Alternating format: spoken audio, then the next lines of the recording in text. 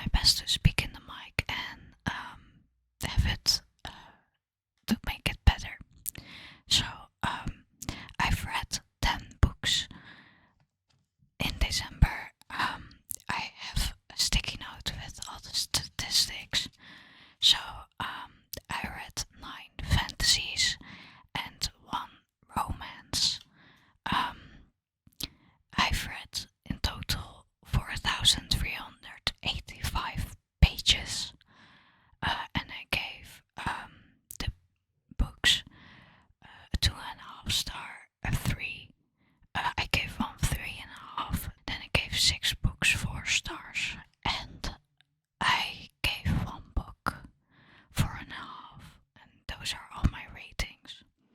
So yeah, let's start with the first book I read. So this was the first book I've read in December. It is Starling House by Alex E.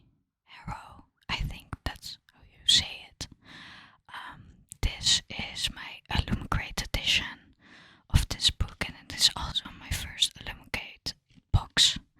Now you can see that the sprayed edges are birds with keys, and that the dust jacket is clear. So what you can see is that the hardback has this as the cover, and this is just the dust jacket. So let me take it off and show you.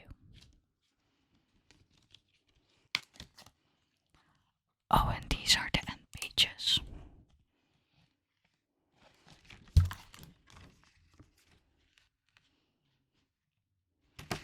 So I gave this book 4 stars. This is a gothic fantasy, and let's read the synopsis, because I'm really bad at giving my own. Step into Starling House if you dare. Nobody in Eden remembers when Starling House was built, but the town agrees it's best to let this ill-omened mansion and its lost lonely heir go to hell. Stories of the house's bad luck, like good china, have been passed down down the generations. Opal knows better than to mess with the haunted house or brooding man, but when an opportunity to work there arises, the money might get her brother out of Eden. Starling House is uncanny and full of secrets, just like Arthur, its heir. It also feels strangely dangerous, like something she's never had, a home. Yet Opal isn't the only one interested in the horrors and the wonders that lie buried beneath it. Sinister forces converge on Eden, and Opal realizes that if she wants a home, she'll have to fight for it, even if it involves digging up her family ugly past to achieve a better future. You have to go down, deep down beneath Starling House to claw her way back to the light. So, this was my first time reading a gothic fantasy, and I really enjoyed it. I enjoyed the gothic vibes, and also the autumn vibes, and if I would recommend a season with this, it would be autumn. The plot was also good, but it could have been better, and I loved the characters the most. The plot thickens a lot, but sometimes I don't really know why the choices were made of the plot. So yeah, the characters were the best part of this book, and also the beauty of it, because it is my most beautiful book I have, I think. So this was 4 stars. Let's go to the next book. So the next book I read was A Court of Thorns and Roses. Now this was a reread. I already read it in May, somewhere between May and June, I think. I don't really remember, and what I know was that I didn't really like it.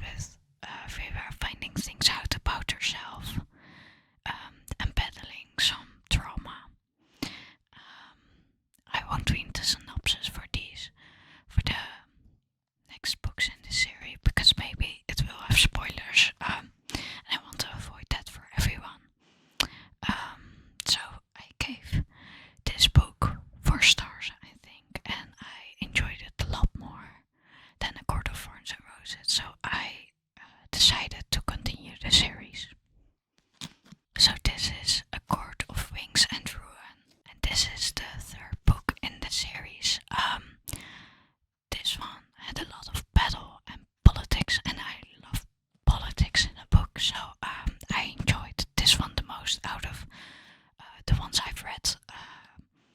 And I loved the beginning of this story with Feyre scheming and doing a lot of political stuff. So that was my favorite part of the book, and I read Mist and Fury, read the ending, and thought, no way I'm going to wait a few days for this book to arrive. So I actually read it on my Kindle and then bought it later. I really recommend this series to anyone who wants to start reading fantasy, because there is a lot of romance in it.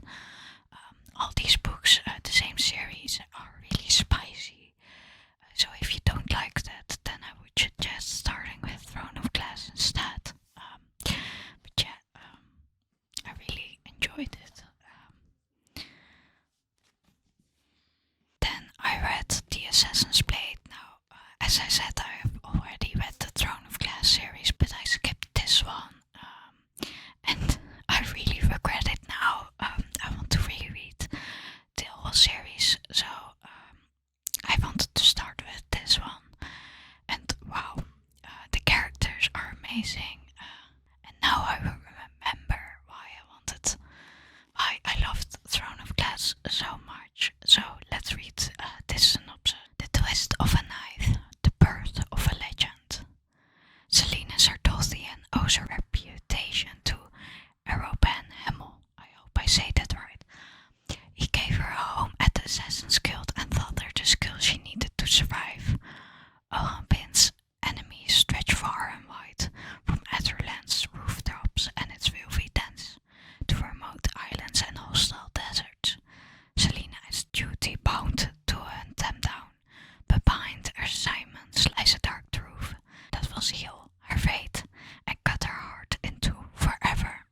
So this is actually a bunch of short stories, but it still overlaps and gives a great first introduction to the series.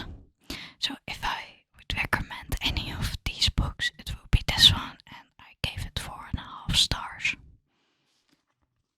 So this is a novella to A Court of Thorns and Roses, and this is A Court to Frost and Starlight. This is a short novella about the winter times after the war and how everybody is dealing with it and healing from the war that happened in Wings and Ruin. So some say that this is their least favorite book, but I kind of liked it. I liked seeing the characters after the war, because most of the time you don't get to read about them after a war and just get one happy scene. So I'm happy I've read it, and it is also a good book to change over to the Court of Silver Flames witness's point of view. So I gave this one 4 stars. Then we have Assistant to the Villain. This is a very sort of story, also a fantasy by the way, and it kind of reminds me of Once Upon a Broken Heart, and it is about a villain having an assistant, and the assistant is the main character in this book. So let's read the synopsis. Assistant wanted.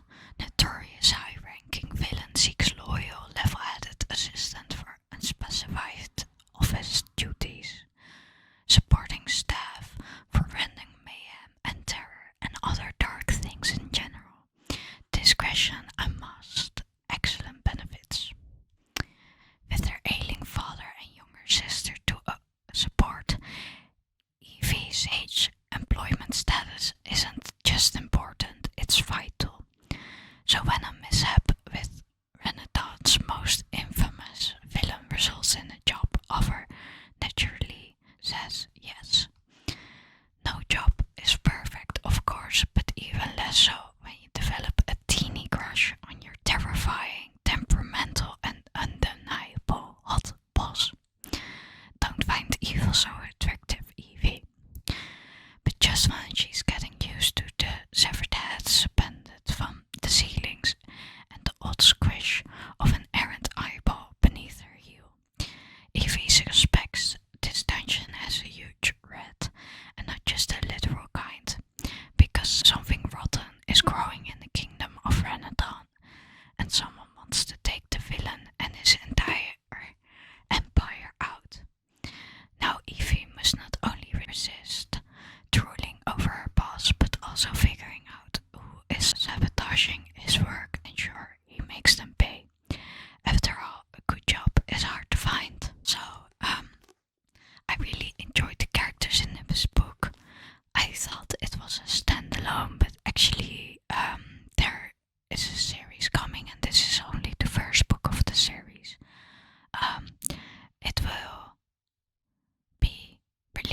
around September, I think, and I really um, enjoyed this book, so I think I will buy the next one. Um, yeah, I gave this also 4 stars, I think.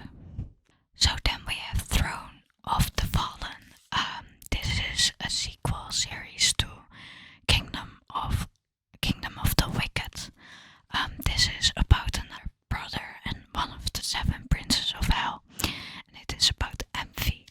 So let's read the synopsis. A wicked prince, the Prince of Envy, has never claimed to be a saint, but when a cryptic note arrives at his demon court, signaling the beginning of a deadly game, he knows it will take more than a hint of sin to win. Riddles, hexed objects, anonymous players, nothing will stand in his way. A fallen painter, Camilla is an artist with troubles of her own. A desperate mistake has landed her in a debt to a notorious rake. Threatened with scandal, she is forced to enter a devil's bargain with envy. A bargain that reveals secrets and ignites passion that neither of them expects. Let the games begin. Together, Envy and Camilla must embark on a perilous journey through the underworld, from glittering demon courts to sultry vampire realm and beyond, while trying to avoid the most dangerous trap of all, falling in love. So I really enjoyed this story. There's a lot of spice and a lot of plot twists that I didn't really see coming, but you can guess them. The games wasn't talked about enough, I think. Sometimes it was just a little bit stretched. All the conversations were stretched, and at the beginning you are like in old England, and the sentences are really difficult to read. So if English isn't your first language, then the beginning of this book will be a little difficult, but after some time the writing changes. I kind of enjoyed that because it felt like reading a classic, but not really a really spicy classic. So yeah, I gave this one 4 stars. And then we have Never. So there is a little bit of a controversial thing about this book, and I want to talk about it first before I talk about the book.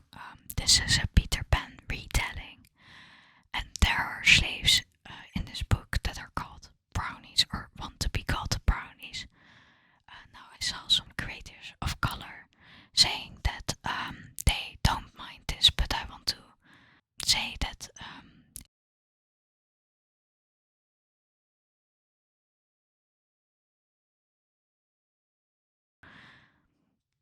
now onto my opinion of the book. I think the best part of this book is its cover. I liked Magnolia Parks, that is also from the same writer. And if you liked Magnolia Parks but thought her character was a bit irritating, then I don't recommend this, because this is Magnolia Park. The character changes opinion and does such stupid stuff. When at the beginning she says to Peter Pan, "I'm super smart." Well, we don't see anything of that in this book. So I only gave this 2.5 stars. I liked some banter. I giggled a bit. That's why it's a little bit higher. But I don't recommend reading this if you got irritated by Magnolia Park's character. So let's read the synopsis and move on. Growing up, Daphne always knew Peter Pan would come for her, the way he'd come for her mother and her grandmother Wendy before that. The Darling Girls. Their stories are all the same. The forever young boy at her window after their 13th birthday and the shimmering magical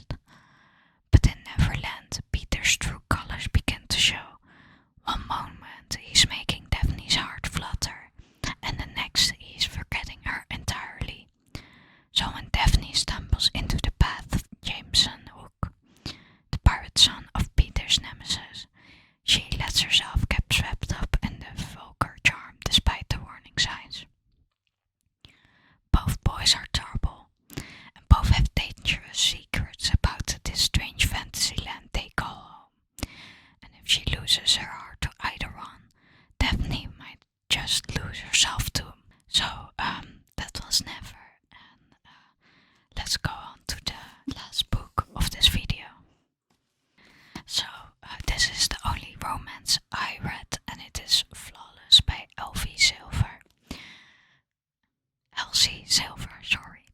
I already read Hopeless, and I really liked that story, so I thought let's give the whole series a chance. Now, this isn't a normal series. These are standalones in the same world with the same brothers. Brothers. But yeah, so let's read the synopsis. The rules were simple. Keep my hands off his daughter. But now I'm stuck with her. There's only one bed, and well, rules are made to be broken. I'm the golden boy of professional bull riding, or at least I was, until it all blew up in my face. Now my agent says I have to clean up my image, so I'm stuck with this ball-busting daughter for the rest of the season as my full-time supervision. But I don't need a goddamn babysitter, especially one with skin-tight jeans, a sexy smirk, and a mouth she can't stop running. A mouth I can't stop thinking about. She says this means nothing. I say this means everything. She says there are boundaries we shouldn't cross, that my reputation can't take any more hits, and neither can her damaged heart. I say I'm going to steal it anyway. So I didn't enjoy this as much as Hopeless. It's funny to see Poe's character, which was the main character in Hopeless, be a funny guy in this and really depressed in that book. I didn't really like the main guy. I can't even remember his name. So I didn't really like the main guy in this book. I don't really like men, children in general. But it was still enjoyable and just a fast read without anything to have to think about. But I didn't really giggle a lot because the relationship was just didn't feel like it for me. They didn't feel like a great couple or a couple that should be together.